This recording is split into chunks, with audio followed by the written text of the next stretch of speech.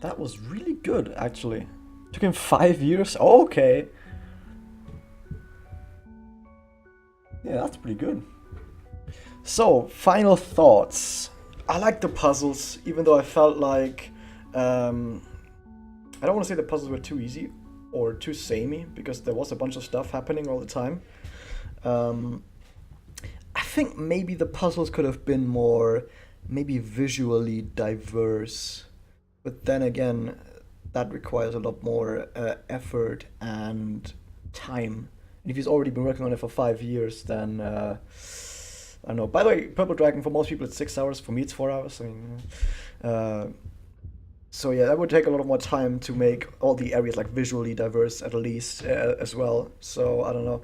Like imagine like the very last chapter where you were in the subway. Imagine every single chapter had something different like the subway, where every single chapter had like its own niche. You had like a chapter in the hospital, and then you had a chapter in the hotel itself, and you had a chapter in the subway at the end.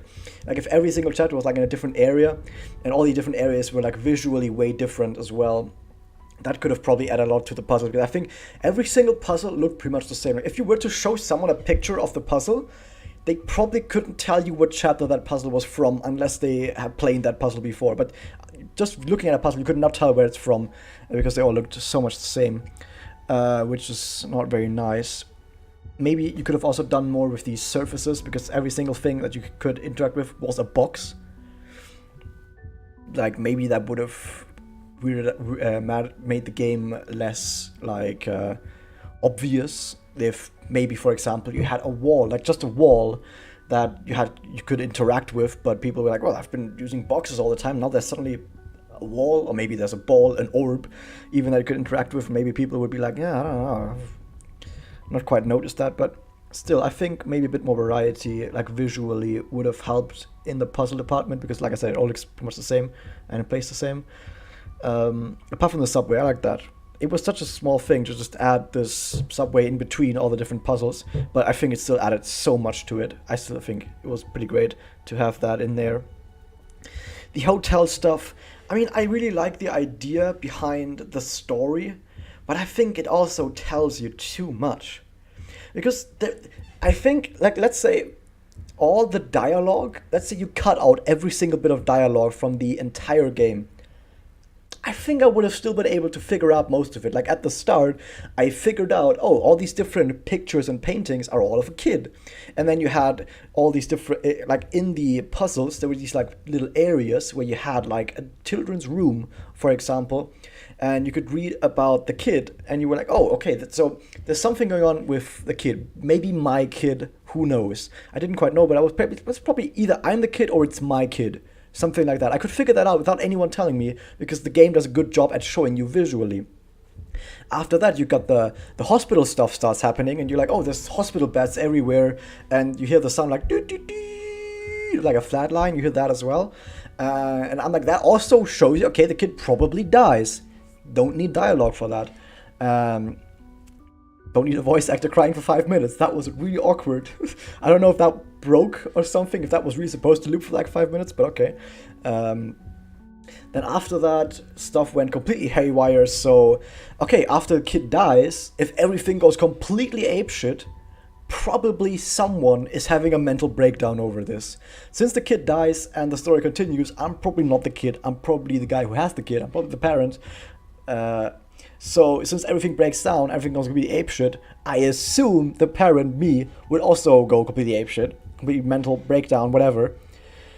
And then you have the whole symbolism with the subway and death and blood, and Crow has blood on him. So there's a lot of there's so much symbolism going on, actually telling you, or not telling you, showing you what the story is, that I think actually having a voice tell you exactly what the story is was probably not needed at all, and I probably would have enjoyed the game more if that was out there. That sounds weird. I would have enjoyed the game more if there was absolutely no dialogue in it and cut everything out. But I think that's actually quite true, because I like piecing stuff together myself, but I don't like it when a lot of indie games come along, and indie games think that in order to tell a story like this, they have to give you a shit ton of fragments and then be like, hey, either you piece the fragments together, or at the very end of the game, we're just gonna tell you how the fragments fit together. whatever. Um, so I would like it more if I piece it together myself. And I think this game, like I said, it's really really difficult to make a game that shows you the story instead of telling you the story. That's one of the hardest things, maybe the hardest thing you can do in a video game is showing a story instead of telling it. The hardest thing to do. But I think this game could have done it. This game could have definitely done it. Like for example, with the I noticed how the pictures changed. You saw me telling you, oh, there's so many pictures of kids. It's probably the kid right here in the kids' room. It's probably has something to do with it. I saw that stuff. I noticed that. I didn't need the voice telling me that. I noticed all of that. I noticed everything that happened with the story, like visually. So this game could have done it. Could have absolutely delivered on that. So, yeah. This game could have been the one example on how you do visual storytelling absolutely perfectly. That said, it's still in the game. You can still use the visuals to just have the story be told to you, no problem. So I think that Cooper could have just been completely removed from the story at all, completely. And I think it would have been a better game, probably. I don't know. It's hard to show a story, but it's very rewarding when it's done correctly. And I think this game could have done it. I think this game could have definitely pulled that off if it just did that to me. You sound similar to me. Well, you're going to get stuck and misunderstand it. The voice doesn't really tell you that much about how to play the game or how to continue the game. I mean, of course, there's some places where the story, where the voice goes, go to the pool, go to the library, go to there, blah, blah, blah. Of course, if the voice was cut out, those areas would have to be redesigned. But I think the game still does a good job showing you, apart from the library. The library was like, there's a book. Book means library. That was completely out of nowhere. But apart from that, for example, the pool at the end, even without the voice line, you go in there and, maybe at first I thought it was the kitchen, but imagine that whole kitchen thing wasn't there. You just go into the room and you see a blueprint of the pool area that says pool on it, and you also have the button configuration next to it.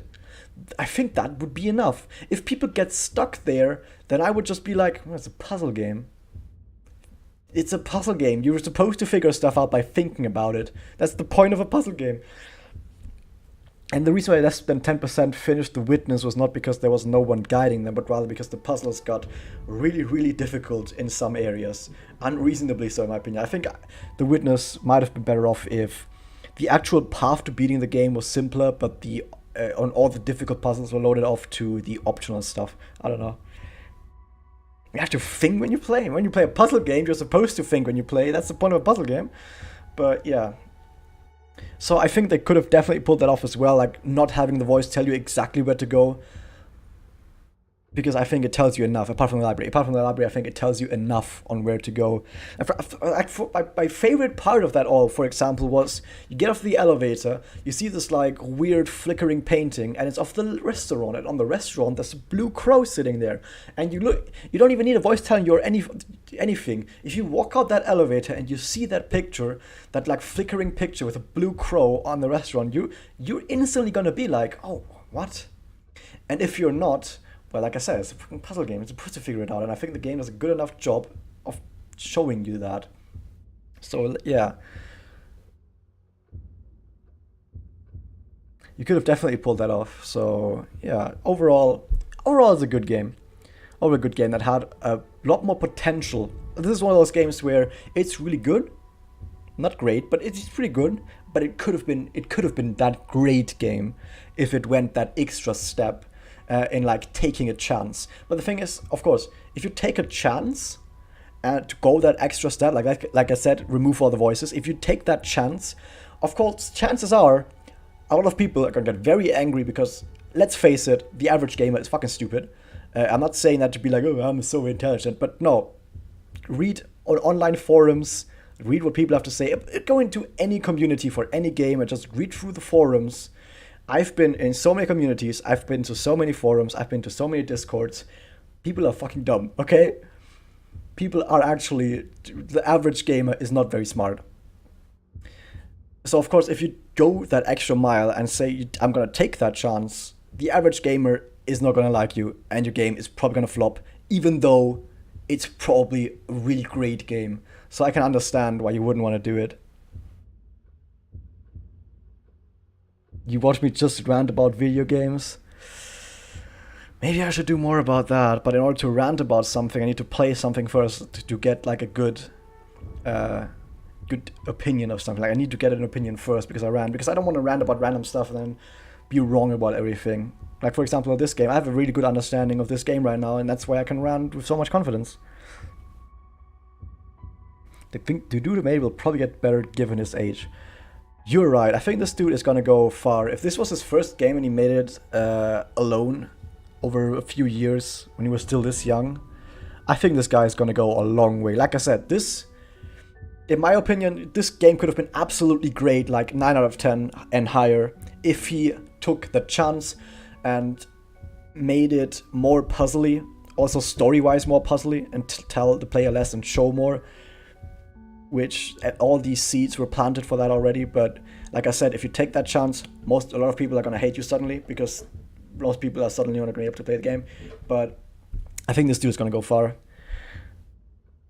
It sounds so weird though, because let's say if I sit that guy down and I'm like, hey, Dan Smith, I think that's his name, try and make the game into a higher quality piece of art, which could have done with this game, like I said, removing the voices, for example, showing more instead of telling. But if I tell him that, and he does that, and then suddenly his next game doesn't sell very well because most people that play the game don't know what the fuck is going on, like just gameplay-wise, they can't figure out where to go next. Even though the game does a really good job of showing them, but even if you do a really good job of showing people, they sometimes don't get it, and then people are gonna get angry, and they're gonna be like, I hate this game, I can't figure out where to go. I don't think that's a good idea either. I don't know. What are my thoughts on open world games? Dude, there's only one open world game I've ever played that I actually felt enjoyable to like just go out and go anywhere. The idea of an open world game is that you're supposed to be having fun, just going out and exploring stuff. But there's only been